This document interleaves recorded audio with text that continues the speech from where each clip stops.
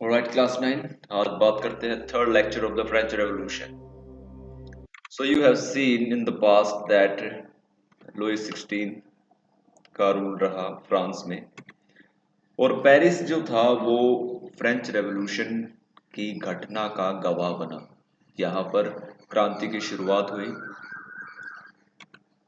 तो आपको पता है कि इसके पीछे कारण क्या रहे। लुइस 16 जब यहाँ पे राजा बनता है तो उसको खजाना खाली मिलता है, उसके पास खर्चे ऑलरेडी बहुत थे। तो ये जो सिचुएशन थी फ्रांस की, ये काफ़ी आप इकोनॉमिकली कह सकते हो वीक थी।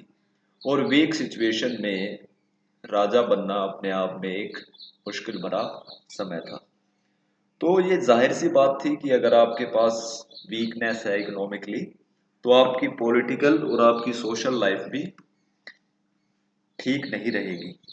तो लोग इसका प्रोटेस्ट कर रहे थे। उनके पास खाना नहीं था, वेजेस उनके उतने नहीं थे, अनाज फूड शॉर्टेज होती जा रही थी। और उस पर लुइस 16 का फैसला लिया जाना टैक्सेस को बढ़ाने को लेकर, तो ये अपने आप में दी एंड था सहने का। अब लोग इससे ज़्यादा नहीं सह सकते थे। तो यहाँ पर आउटब्रेक ऑफ द रेवोल्यूशन होता है। रेवोल्यूशन की शुरुआत कर दी जाती है पेरिस में, आपने देखा था। तो आउटब्रेक ऑफ द रेवोल्यूशन की कहानी क्या रहती है, इसका बैकग्राउंड क्या रहता है। Louis 16 called a meeting of a state general which would pass his proposal for new taxes। Louis 16 ने मीटिंग बुलाई स्टेट जनरल की। स्टेट जनरल इसकी पॉलिटिकल बॉडी थी जिससे मिलकर ये सारे फैसले लेता था। तो स्टेट जनरल क्या था, इसमें king, first state, second state और थर्ड स्टेट, ये तीनों मेंबर बैठकर यहाँ पर फ्रांस के लिए कोई भी जो डिसीजन लेना होता था वो डिसीजन लेते थे। तो यहाँ पर स्टेट जनरल की मीटिंग बुलाई गई और एक प्रपोजल रखा गया टैक्सेस को बढ़ाने को लेकर। Voting in the state general in the past had been conducted according to the principle that each state had one vote। तो ये जो यहाँ पर स्टेट जनरल की मीटिंग बुलाई गई, इसमें वोटिंग पैटर्न क्या था कि जो स्टेट जनरल है इसके लिए जो था वो सेम वोट, सेकंड स्टेट के लिए सेम वोट और थर्ड स्टेट के लिए भी सेम वोट माना जाता था। तो इसका मतलब क्या था कि इसके लिए जो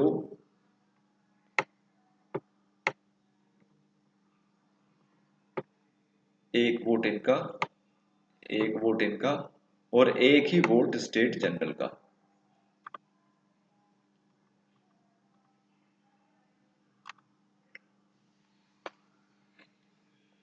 तो ये काफी प्रॉब्लमेटिक बात थी कि फर्स्ट और सेकंड स्टेट आपको पता है टैक्सेस पे नहीं करते थे। सारा टैक्सेस पे करने का काम थर्ड स्टेट का था।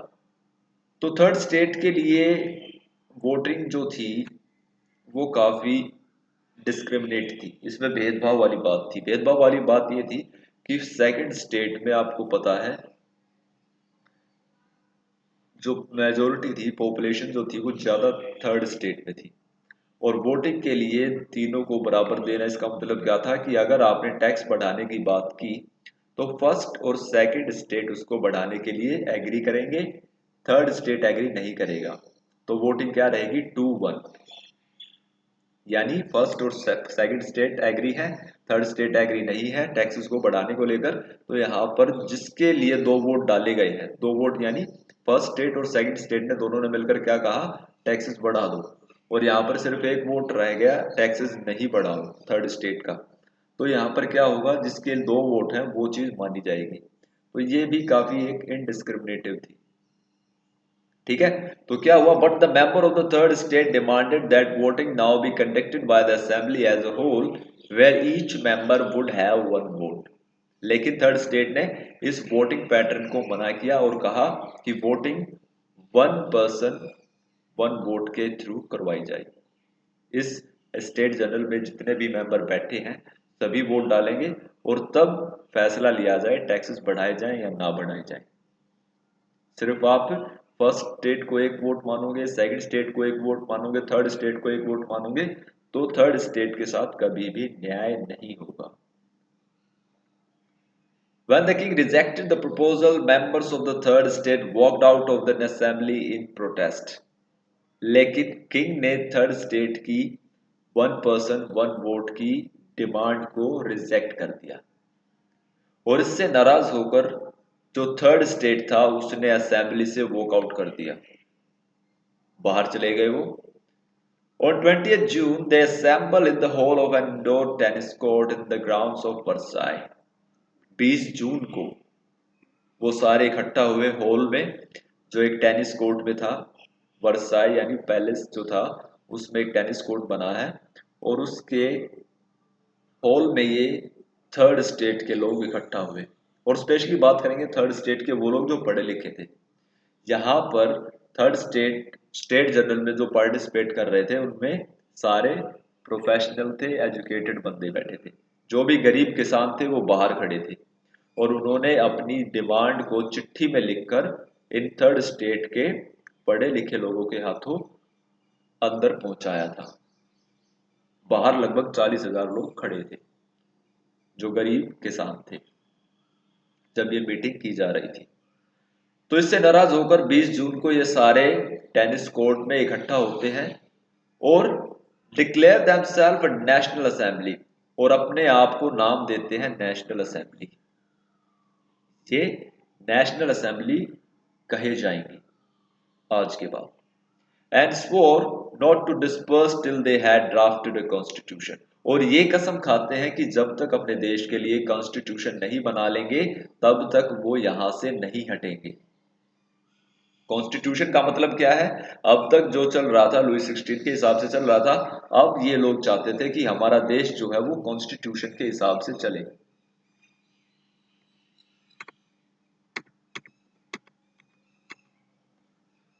While the National Assembly was busy at Versailles drafting constitution, riot spread across the country. और जब ये नेशनल असेंबली बिजी थी कॉन्स्टिट्यूशन बनाने में, तब पूरे जो देश में झगड़े हो रहे थे खाने को लेकर। A severe winter had meant a bad harvest. The price of bread rose. Often bakers exploited the situation and hoarded supplies.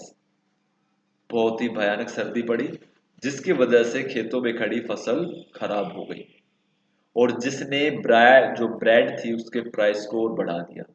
और कई बार जो बेकर होते थे, जो ब्रेड बनाने वाले होते थे, वो भी इस चीज का फायदा उठाकर ब्रेड बाहर नहीं बेचते थे, उसको इकट्ठा करते थे और जब वो महंगी हो जाती थी तब उसको मन मांगे दामों पर बेचते थे। After spending hours in the long queue at the bakery, crowd of angry women stormed into the shops. At the same time, the king ordered troops to move into Paris. घंटों लाइन में खड़े होने के बाद जब औरतों को bread नहीं मिलता था तो उन्होंने क्या किया, दुकानों के अंदर जाकर लूटपाट करनी शुरू कर दी, तोड़फोड़ करनी शुरू कर दी। और उसी समय लुई 16 ने ट्रुप्स यानी सैनिकों को पेरिस में बुला लिया। लुई 16 को पता था कि भाई जो सिचुएशन है काफी ज्यादा डेंजरस लेवल पे आ चुकी है, तो उसने सैनिकों को पेरिस में बुलाया। On 14 July the agitated crowd stormed and destroyed the Bastille. और इसी बात को लेकर रूमर फैली कि ये जो ट्रुप्स हैं लोगों पर फायर करेंगे आकर, तो लोगों ने इनके आने से पहले ही खुद अटैक कर दिया और 14 जुलाई को बास्तील को डिस्ट्रॉय कर दिया गया। In the countryside, rumors spread from village to village that the lord of the manor had hired bands of brigands who were on their way to destroy the ripe crops. Angry peasants in several districts seized hoes and pitchforks and attacked chitaks. Country side, अब ये बात थी शहरों की, Paris की, और country side यानी गांव में भी खबर फैल चुकी थी कि भाई जो गांव के जमींदार हैं, मैनर जिनको कहते हैं, उन्होंने क्या किया है, उन्होंने एक डाकुओं की पूरी ब्रिगेड को बुला लिया है जो डाकुओं की टोली यहाँ पे क्या करेगी, उनकी फसलों को फिनिश कर देगी, डिस्ट्रॉय कर देगी। और किसी भी देश में अगर आपको किसी भी देश को जीतना है तो आप क्या करें, उसकी फूड सप्लाई कट कर दें, तो वहां के लोग भूखे मर जाएंगे और वो फिर आपके खिलाफ नहीं लड़ेंगे। ये हमेशा से ही एक राजाओं की या देशों की नीति रही है कि फूड सप्लाई कट कर दी जाए तो कोई भी देश लड़ नहीं सकता। तो इससे पहले एक खबर यहाँ पर फैलती, ऐसा कुछ होता, जो किसान थे जो गुस्से में भरे बैठे थे अपने जमींदारों के खिलाफ, उन्होंने क्या किया, बहुत सारे डिस्ट्रिक्ट्स में जाके जो फावड़े थे या खेती में काम करने वाले औजार होते हैं, टूल्स होते हैं, उनको लेकर जो बिल्डिंग्स थी मैनर्स की या जमींदारों की, उन पर अटैक कर दिया। They looted, hoarded grain and burned down the documents containing the record of manorial dues. और उन्होंने फिर बिल्कुल वैसे ही जैसे शहर में हुआ था, अनाज के गोदाम लूट लिए और वो सारे कागज जला दिए गए जिनमें उनका लेखा जोखा लिखा था, जिनमें किसको कितना पैसा देना है ये लिखा हुआ था। क्योंकि जमींदार, आपको पता है, इंडिया में भी ऐसे ही रहे हैं, क्रूअल लोगों को उन्होंने बहुत लूटा है, ऐसे ही फ्रांस में भी थे। तो अपने सारे हिसाब किताब को उन्होंने जलाकर राख कर दिया। A large number of the noble fled from their home, many of them migrating to neighboring countries. और इसको देखते हुए बहुत सारे जो नोबल्स थे वो अपने घर छोड़कर दूसरे पड़ोसी देशों में भाग गए। France becomes a constitutional monarchy. अब फ्रांस जो है एक मोनार्की था, अब वो बन गया कॉन्स्टिट्यूशनल मोनार्की। कॉन्स्टिट्यूशनल मोनार्की क्या, कि रूल जो होगा वो कॉन्स्टिट्यूशन का होगा, लेकिन जो हेड रहेगा वो राजा ही रहेगा देश का। लेकिन कैसा होगा हेड, सिर्फ नाम मात्र का, जिसके पास कोई ताकत नहीं होगी। जैसे आज आप देखते हैं इंग्लैंड का राजा रानी जो है, जो क्वीन एलिजाबेथ है, वो सिर्फ नाम मात्र की है। इंग्लैंड में रूलिंग कौन करता है, प्राइम मिनिस्टर। लेकिन वो अपने ट्रेडिशन से इतना प्यार करते हैं, उन्होंने आज भी अपने राजा रानी सिस्टम को जिंदा रखा हुआ है। तो Louis 16 finally accorded recognition to the national assembly. और जब ये सिचुएशन पूरे देश में ऐसी हो गई, लोग एंग्री हो चुके थे सरकार से, तो लुई 16 ने फाइनली कहा कि हाँ भाई, नेशनल असेंबली को मैं अकॉर्ड यानी ऑथोराइज करता हूं। उसने नेशनल असेंबली को permission they the. On the night of 4th August 1789, the Assembly passed a decree abolishing the feudal system of obligations and taxes. तो नेशनल असेंबली ने 4 अगस्त की रात को एक डिक्री पास की। डिक्री कहते हैं एक रिटन ऑर्डर, सरकार की तरफ से कोई ऑर्डर जो जनता को दिया जाता है, तो वो दिया गया और ये कहा गया कि भाई आज के बाद कोई विशेष अधिकार किसी भी स्टेट को नहीं मिलेंगे और ना ही कोई टैक्सेस पे किया जाएगा इनको। तो यहाँ पर दो टैक्सेस पे किए जाते थे, टी दे और टाइले, ये दोनों चर्च और नोबल्स को जाते थे। तो ये टैक्सेस को फिनिश कर दिया गया कि कोई ऐसे टैक्स नहीं होंगे जो हम किसी चर्च को देंगे या किसी राजा को पे करेंगे। अब जो टैक्स सिस्टम आएगा वो सभी के लिए आएगा और वो देश के लिए होगा। Members of the clergy too were forced to give up their privileges. The tax imposed by the church were abolished and land owned by church were confiscated. तो दीदे जो टैक्स था चर्च इसको लेता था खाम खाम में, बेकार में, अपने आप को ये दिखाने के लिए कि वो भगवान का एक बनाया गया इंस्टीट्यूशन है और लोगों को उसको पैसा देना चाहिए, उसको टैक्स देना चाहिए, ये भगवान की मर्जी है। इस तरह के अंधविश्वास भारत में भी रहे हैं, जो पंडित पुजारी है वो लोगों को ठगते रहे हैं। तो ऐसे ही चर्च ठगता था फ्रांस की जनता को और टैक्स लेता था दीदे। तो दीदे को अबलिश कर दिया गया और जो भी जमीन चर्च के पास थी वो उससे छीन ली गई और उसको सरकारी जमीन बना दिया गया। The national assembly completed the draft of the constitution in 1791। और नेशनल असेंबली ने कॉन्स्टिट्यूशन का ड्राफ्ट यानी लिखित तौर पे उसको तैयार कर लिया 1791 में। उसको यानी लगभग 2 साल का समय लगा। It main object was to limit the powers of the monarch. और इस कॉन्स्टिट्यूशन का मेन काम क्या था, लुई 16 की ताकत को लिमिट में रखना।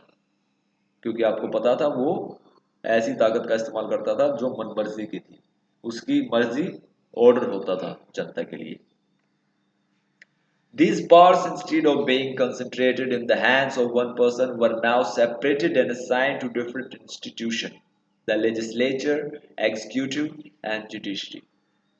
और अब जो सारी ताकत एक आदमी के हाथ में होती थी उसको अब 3 हिस्सों में बांट दिया गया था, जो 3 हिस्से थे लेजिस्लेचर, एग्जीक्यूटिव एंड जुडिशरी, जैसा भारत में भी किया गया।